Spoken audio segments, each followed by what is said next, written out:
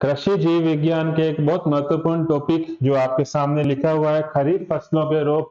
इसी क्रम में स्वागत है आप सभी का एबीसी एग्रो क्लासेस उदयपुर के ऑनलाइन डिजिटल प्लेटफॉर्म पर।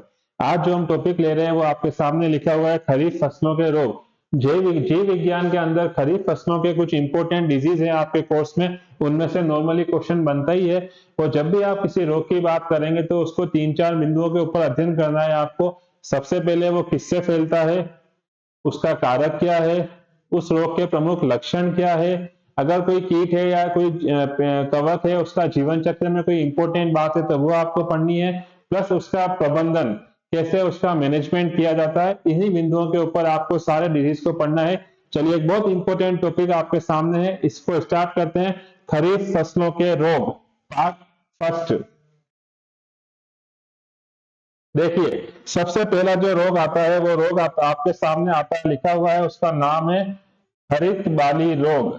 हरित बाली रोग, बाजरे का हरित बाली रोग, इसे ग्रीन ईयर डिजीज भी बोलते हैं, अगर आपने कभी नाम सुना होगा। चलिए स्टार्ट करते हैं। सबसे पहला, इसका दूसरा नाम क्या, अगर आपसे ऐसा क्वेश्चन पूछ ले कि हरित बाली रोग का दूसरा नाम क्या है या जोगिया रोग किसे कहा जाता है, तो आपका आंसर हो जाएगा बाजरे का हरित बाली रोग, जिसे क्या कहा जाता है, जोगिया रोग भी कहा जाता है। फिर देखिए, सबसे पहले किस वैज्ञानिक ने इसको खोजा था, तो आप याद रखिएगा, ये क्वेश्चन बनता है ऑब्जेक्टिव के अंदर कि हरित बाली रोग को सर्वप्रथम किस वैज्ञानिक ने इन्वेंट किया, किसने खोजा, तो उसका आंसर है बटलर।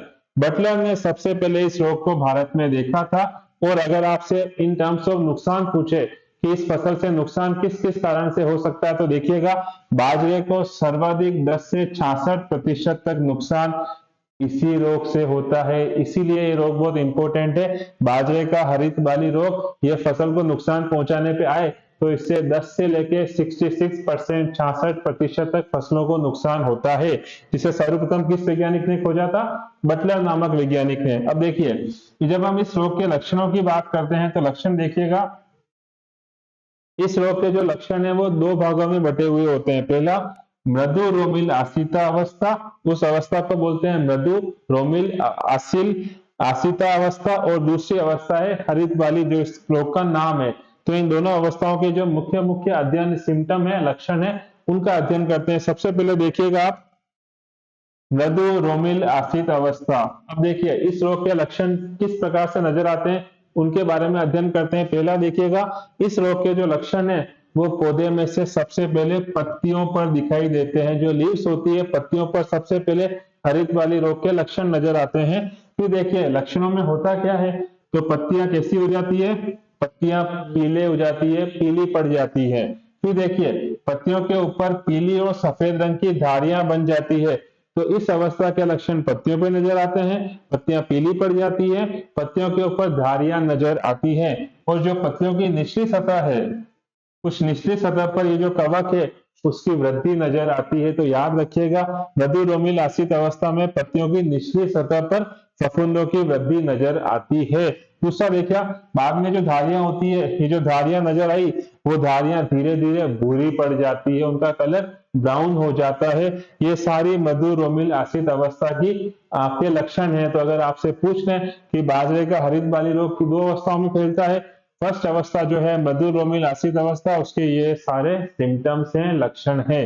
नेक्स्ट देखिएगा, दूसरी जो अवस्था है जिससे हमने क्या नाम दिया, हरित बाली, जिसके ऊपर इस रोग का नाम भी पड़ा है हरित बाली, तो वो देखिएगा, इस अवस्था के लक्षण कहाँ नजर आते हैं, पुष्प क्रम कर। अगर आपने पिछली देखा होगा, जो पहले वाली स्टेज थी उसके लक्षण नजर आए थे पत्तियों के ऊपर, इसके लक्षण नजर आते हैं पुष्प क्रम के ऊपर। होता क्या है, इसमें बालियों का निर्माण ही नहीं होता है। जो बालियां बनती है बाजरा में, वो बालियां जब इस रोग का संक्रमण आता है तो बालियों का निर्माण नहीं होता है। और जो बाली का निचला हिस्सा होता है उस पे भी पत्तियों जैसी संरचना बन जाती है, मतलब जो बाली बननी चाहिए थी उस जगह पर पत्ती जैसी संरचना बन जाती है। और इसी कारण से इसे नाम क्या दिया गया,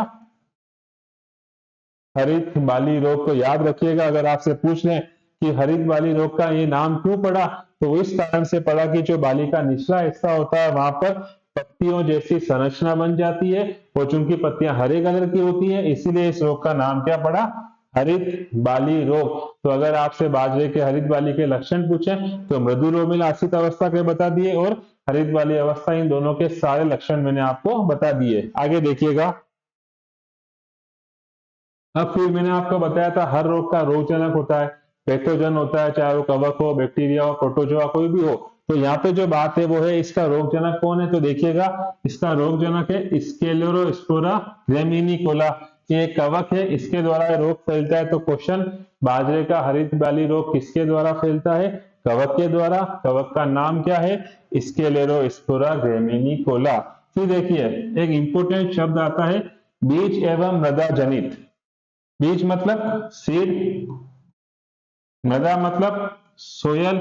इसका मतलब ये हुआ कि ये जो रोग है, ये रोग जो फैलता है वो मृदा से भी संचरण हो सकता है इसका, और बीज के द्वारा भी फैल सकता है। तो याद रखिएगा, इसीलिए इस रोग को नाम दिया गया बीज जनित और मृदा जनित। फिर देखिए इसका प्रबंधन। प्रबंधन दो तीन होते हैं, शस्य प्रबंधन हो गया, रासायनिक प्रबंधन हो गया, जैविक प्रबंधन हो गया। इन्हीं बिंदुओं के ऊपर आपको प्रबंधन पढ़ना था। सबसे पहला दे रखा है शस्य प्रबंधन। शस्य प्रबंधन में याद रखिएगा, सबसे पहले तो हम जो बीज लेते हैं वो बीज बहुत अच्छा होना चाहिए, वो प्रमाणित होना चाहिए, सर्टिफाइड सीड होना चाहिए। तो याद रखिएगा शस्य प्रबंधन, सबसे पहला हम जिस बीज का उपयोग कर रहे हैं वो बीज कैसा हो, प्रमाणित बीज हो। दूसरा, गहरी जुताई करनी चाहिए। यह गहरी जुताई वाला पॉइंट ऑलमोस्ट हर फसल के अंदर, आप हर रोग के अंदर लिख सकते हो, आपको पता होना चाहिए। शस्य प्रबंधन में गहरी जुताई करना आवश्यक होता है। नेक्स्ट देखिएगा, जैसा मैंने आपको बताया कि प्रबंधन में आपको जैविक भी पढ़ना है, रासायनिक भी पढ़ना है, शस्य भी पढ़ना है।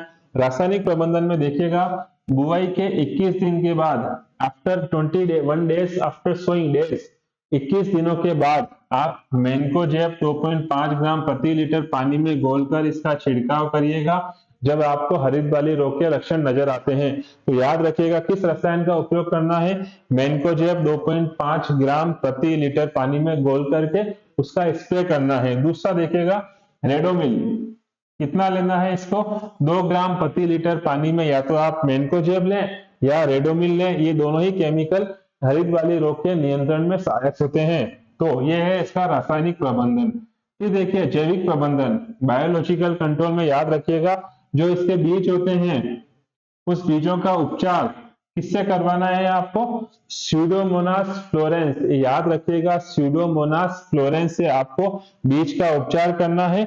और पर्णीय छिड़काव, पर्णीय छिड़काव का मतलब पत्तियों के ऊपर उसका स्प्रे करना है। तो याद रखिएगा स्यूडोमोनास फ्लोरेसेंस और बीज उपचार किसके द्वारा करना है, स्यूडोमोनास फ्लोरेंस के द्वारा। और उन पत्तियों के ऊपर भी छिड़काव किसके द्वारा, किसका करना है, स्यूडोमोनास फ्लोरेसेंस का। ये हुआ उसका जैविक प्रबंधन, ये हुआ उसका रासायनिक प्रबंधन। ठीक है, सेम उसी तरह से जो हमने हरित वाली रोग पढ़ा, एक बहुत इंपॉर्टेंट रोग आता है बाजरे का जिसे हम बोलते हैं अर्गोट रोग। अर्गोट, अर्गोट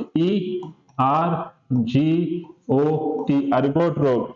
इसका मतलब क्या होता है, देखिएगा अर्गोट का सामान्य जो अर्थ होता है वो होता है काले रंग की कठोर संरचना। कौन सी संरचना, काले रंग की कठोर संरचना। अर्गोट का मतलब होता है जब इसका संक्रमण आता है तो हमें उस फसल के ऊपर काले रंग की कठोर संरचना नजर आती है, जिसका मतलब होता है अर्गोट। अब देखिए इस कवक से होता क्या है, एक एल्केलॉइड प्राप्त होता है जिससे हम नाम क्या देते हैं, अर्गोटीन। अर्गोट रोग है तो जो केमिकल होगा उसका नाम भी इससे मिलता जुलता ही होगा, तो इसका नाम है अर्गोटीन। इस अर्गोटीन से क्या होता है, मनुष्य में जो समस्याएं आती हैं अगर आप इसका सेवन कर लेते हैं, संक्रमित बाजरे का सेवन कर लेते हैं जिसमें ये रोग होने वाला है, तो उसके थ्रू ये जो काले रंग की इस कठोर संरचना है वो आपके शरीर में जाकर क्या प्रभाव डालती है, पेट दर्द होता है, सर चकराना, उल्टी जैसी समस्याएं आ जाती है। और इस रोग को एक नाम दिया गया है, इस रोग को कहा गया है अर्गोटिज्म। याद रखिएगा अर्गोट रोग, अर्गोट का मतलब कठोर संरचना, कठोर संरचना में एक केमिकल मिलता है एल्कोलाइड जिसका नाम है अर्गोटीन। और इससे जो रोग होता है जिसमें क्या क्या सिम्टम है, सर दर्द, पेट दर्द हो जाना, सर चकरा जाना, उल्टी होना, इन सबको मिला के एक नाम दिया गया रोग को अर्गोटिज्म। ये याद रखिएगा आप। अब इस रोग के लक्षण क्या है, देखिएगा इस रोग के लक्षण कब नजर आते हैं, जब फ्लावरिंग हो रही होती है, जब फूल बन रहा होता है तब इस रोग के लक्षण नजर आते हैं। तो इस रोग के लक्षण पुष्पावस्था के समय दिखाई देते हैं और इस रोग के लक्षणों के आधार पर इसको फिर दो भागों में बांटा गया, जैसे उसके दो सिम्टम थे, इसको भी दो भागों में बांटा गया है, मधु बिंदु अवस्था और स्क्लेरोसिया अवस्था। इन दोनों अवस्थाओं के जो लक्षण होते हैं उनकी हम बात करते हैं। यहां तक आपको बात समझ में आ गई होगी। इंपॉर्टेंट चीज क्या है, अर्गोटिज्म, रोग लक्षण कहाँ निकलते हैं, पुष्पों के ऊपर, और इसकी दो अवस्थाएं होती है, मधु बिंदु अवस्था और स्क्लेरोसिया अवस्था। अब देखिएगा, जो इसकी हनी ड्यू स्टेज है, मधु बिंदु अवस्था है, उस अवस्था में देखिए क्या होता है, सबसे पहले छोटी छोटी गुलाबी शहद की बूंदें, जो बूंदें होती है शहद की छोटी छोटी बूंदें, वैसी इसके ऊपर नजर आती है बालियों के ऊपर। छोटी छोटी गुलाबी शहद के रंग की बूंदें बालियों पे नजर आती है, ये इसकी रोग की आरंभिक अवस्था है। अब देखिए, ये जो बूंदें होती है ये भूरे रंग के चिपचिपे पदार्थ के रूप में, जब वो बूंदें थी वो धीरे धीरे उसके ऊपर फैल जाती हैं, तो वो बाली के ऊपर क्या होती है, फैल जाती है। इसी कारण से इस रोग को बाजरे का चेपा रोग कहा जाता है। याद रखिएगा, बाजरे का इस जो रोग हम पढ़ रहे हैं, इसके रोग का दूसरा नाम क्या है, बाजरे का चेपा रोग कहा जाता है, अर्गोट रोग को। अब देखिए, ये तो थी मधुबिंदु अवस्था। दूसरी अवस्था है स्क्लेरोसिया अवस्था। इस अवस्था में देखिए क्या होता है, मधुबिंदु अवस्था के 10 दिन के बाद फलियों में दानों की जगह भूरे रंग के स्क्लेरोसिया बन जाते हैं, जिसे पुटिका बोल सकते हो आप। तो याद रखिएगा, मधुबिंदु अवस्था के 10 दिन के बाद में स्क्लेरोसिया अवस्था आती है, और इस अवस्था में होता क्या है, इस अवस्था में दानों की जगह पर भूरे रंग के स्क्लेरोसिया बन जाते हैं। ये इस रोग का प्रमुख लक्षण है इस अवस्था का। क्लियर हुई बात आपको। अब देखिएगा, रोगजनक, ये जो सारी अवस्थाएं हमने पढ़ी, इसका रोगजनक भी तो होगा, तो रोगजनक का नाम याद रखिए, क्लेविसेप्स फ्यूजिफॉर्मिस। ये बहुत इंपॉर्टेंट है, आपको पता होना चाहिए। अर्गोट रोग का कारक क्या है, उसका नाम है क्लेविसेप्स फ्यूजिफॉर्मिस। यह एक मृदा जनित है, सोयल बोर्न। सोयल बोर्न, ये रोग कहां से फैलता है, मृदा के द्वारा, सोयल बोर्न डिजीज है, मृदा जनित। अब इसका प्रबंधन देखिए, शस्य प्रबंधन मैंने आपको बताया, ऑलमोस्ट हर फसल का करीब करीब समान होता है। देखिएगा, गहरी जुताई करें, स्वस्थ बीज का उपयोग करें। ऑब्वियस बात है, जो आप बीज का सैंपल ले रहे हो बोने के लिए, वो स्वस्थ होना चाहिए, रोग मुक्त होना चाहिए। आगे की बुआई करनी चाहिए, जो अर्ली सोइंग होनी चाहिए वो करनी चाहिए आपको, और रोगग्रस्त पौधों को जला देना चाहिए। जिस पौधे के ऊपर आपको उस रोग के लक्षण नजर आ रहे हैं, उस रोग को, उस पौधे को उखाड़ कर उसे जला देना चाहिए। ये सारे किसमें गए, शस्य प्रबंधन में। आगे देखिएगा, रासायनिक प्रबंधन में आपको कवकनाशी का उपयोग करना है, क्योंकि कवक से अगर रोग फैल रहा है तो हम कवकनाशी का ही उपयोग करेंगे, फंजीसाइड का। फिर भी एक नाम याद रखिएगा, जाइनेब, ZINEB। जाइनेब 0.25% का आपको स्प्रे करना है। जैविक प्रबंधन की जहां तक बात आती है, तो आपने इसमें फ्यूजेरियम स्पीशीज कवक का उपयोग करना है, और रोग प्रतिरोधी किस्मों का उपयोग करना है। बायोलॉजिकल जैविक नियंत्रण में हमेशा याद रखिएगा, ये पॉइंट ऑलमोस्ट सब हर कैटेगरी में आएगा, हर डिजीज के प्रबंधन में आएगा। रोग प्रतिरोधी किस्मों का प्रयोग करना चाहिए, ऐसी किस्मों का चुनाव करिए जिसके ऊपर इस रोग का प्रभाव न्यूनतम हो, और फ्यूजेरियम स्पीशीज कवक का भी आपको उपयोग करना चाहिए। ये पूरी जानकारी हुई अर्गोट रोग के बारे में। अब देखिए, एक बहुत इंपॉर्टेंट रोग आता है जिसे म्लानी रोग बोलते हैं, कॉटन के अंदर लगता है, कपास, कॉटन, इसको विल्ट कहा जाता है। विल्ट का मतलब होता है मुरझा जाना, ये लिखा हुआ है, ठीक है। तो नेक्स्ट डिजीज है कपास का म्लानी रोग। इसके बारे में जानकारी देखिएगा, इस रोग को मुरझान या उकटा के नाम से भी जाना जाता है। ये जो कपास का म्लानी रोग है, इसे मुरझान या उकटा नाम से भी जाना जाता है। लक्षण क्या है देखिएगा, खेत में ये रोग छोटी छोटी जगह पर प्रकट होता है। जो पूरा खेत है आपका, उसमें एक साथ पूरे खेत में नजर नहीं आएगा, खेत में छोटे छोटे पार्ट्स में नजर आएगा। तो यहाँ नजर आया, फिर यहाँ नजर आया, पूरे खेत में समान रूप से नहीं फैलता है। दूसरा, खेत में नमी होने पर भी पौधों का हरे के हरे ही मुरझा जाना। सामान्य रूप से हम ये बात जानते हैं कि अगर पौधों को पानी मिल रहा है तो पौधे मुरझाएंगे नहीं, वो हरे ही रहेंगे। इस रोग में देखिए आप, पौधे में, खेत में नमी होने के बाद भी पौधों का हरे के हरे ही मुरझा जाना इस रोग का प्रमुख लक्षण है। ये याद रखिएगा, कपास के म्लानी रोग का ये बहुत इंपॉर्टेंट लक्षण है। इसकी जो पत्तियां होती है वो पीली पड़कर मुरझा जाती हैं, और पौधा धीरे धीरे क्या होता है, सूख जाता है। फिर देखिएगा जो जड़ों की छाल है, अगर आप उस जड़ों की छाल को हटाकर देखोगे तो देखने पर आपको मेलानिन के कारण भूरी या काले रंग की धारियां नजर आती है। सपोज ये जड़ है, इस जड़ को आप हल्का सा हटा के खुरच कर देखोगे तो अंदर आपको इस तरह की भूरी या काले रंग की धारियां नजर आएगी। ये भी इस रोग का लक्षण है। कौन सा रोग है? कपास का म्लानी रोग। अब देखिएगा रोगजनक कौन है, किसके द्वारा फैलता है? तो याद रखिए ये जो रोग है म्लानी रोग वो फैलता है फ्यूजेरियम ऑक्सीस्पोरियम नामक कवक के द्वारा फैलता है और यह भी एक सोयल बोर्न डिजीज है। मृदा से फैलने वाला रोग है, मृदा जनित रोग। प्रबंधन ऑलमोस्ट सेम मैंने बताया आपको, गहरी जुताई करनी है, स्वस्थ बीज का उपयोग करना चाहिए, अगेती बुआई अर्ली सोइंग करनी चाहिए आपको और रोगग्रस्त कोई सा भी पौधा है तो उसको उखाड़कर जला देना चाहिए शस्य प्रबंधन के अंदर। नेक्स्ट देखिएगा रासायनिक प्रबंधन। रासायनिक प्रबंधन में एक इंपॉर्टेंट केमिकल आता है इसमें कार्बेंडेजिम। कार्बेंडेजिम का 0.1% का कवकनाशी का इसको सीड को ट्रीट करना चाहिए। सीड ट्रीटमेंट इसका उपयोग कार्बेंडेजिम का। और जैविक प्रबंधन की जब हम बात करते हैं तो इसमें ट्राइकोडर्मा कल्चर से बुआई के पहले भूमि का उपचार करना चाहिए और किस तरह से करना चाहिए? 4 kilogram per hectare trichoderma culture से भूमि का उपचार करना चाहिए जैविक प्रबंधन के अंदर। और ये पॉइंट मैंने आपको बताया, रोग प्रतिरोधी किस्मों का चुनाव करना चाहिए। नेक्स्ट देखिएगा एक बहुत इंपॉर्टेंट रोग आता है जिससे बोलते हैं टिक्का। ये फैलता है मूंगफली में जिसे एरेकिस हाइपोजिया वनस्पतिक नाम आप जानते हो। मूंगफली का टिक्का रोग एरेकिस हाइपोजिया मूंगफली।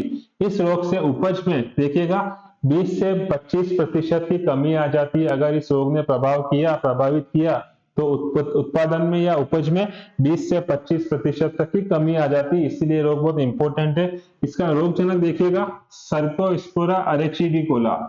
सर्कोस्पोरा अरेचिडिकोला के द्वारा मूंगफली का टिक्का रोग का संक्रमण होता है और बीज एवं मृदा जनित सीड और सोयल, ये याद रखिएगा ऑब्जेक्टिव में क्वेश्चन बनता है कि टिक्का रोग किस तरह से फैलता है। तो याद रखिएगा ये बीज जनित भी होता है और मृदा जनित भी होता है, सीड बोर्न भी है और सोयल बोर्न भी है। शस्य प्रबंधन ऑलमोस्ट सेम है, गहरी जुताई करें, स्वस्थ बीज का उपयोग करना चाहिए, अगेती बुआई करनी चाहिए, रोगग्रस्त पौधों को जला देना चाहिए, जो हमने ऑलमोस्ट हर डिजीज के अंदर अभी तक देखा है। नेक्स्ट देखिएगा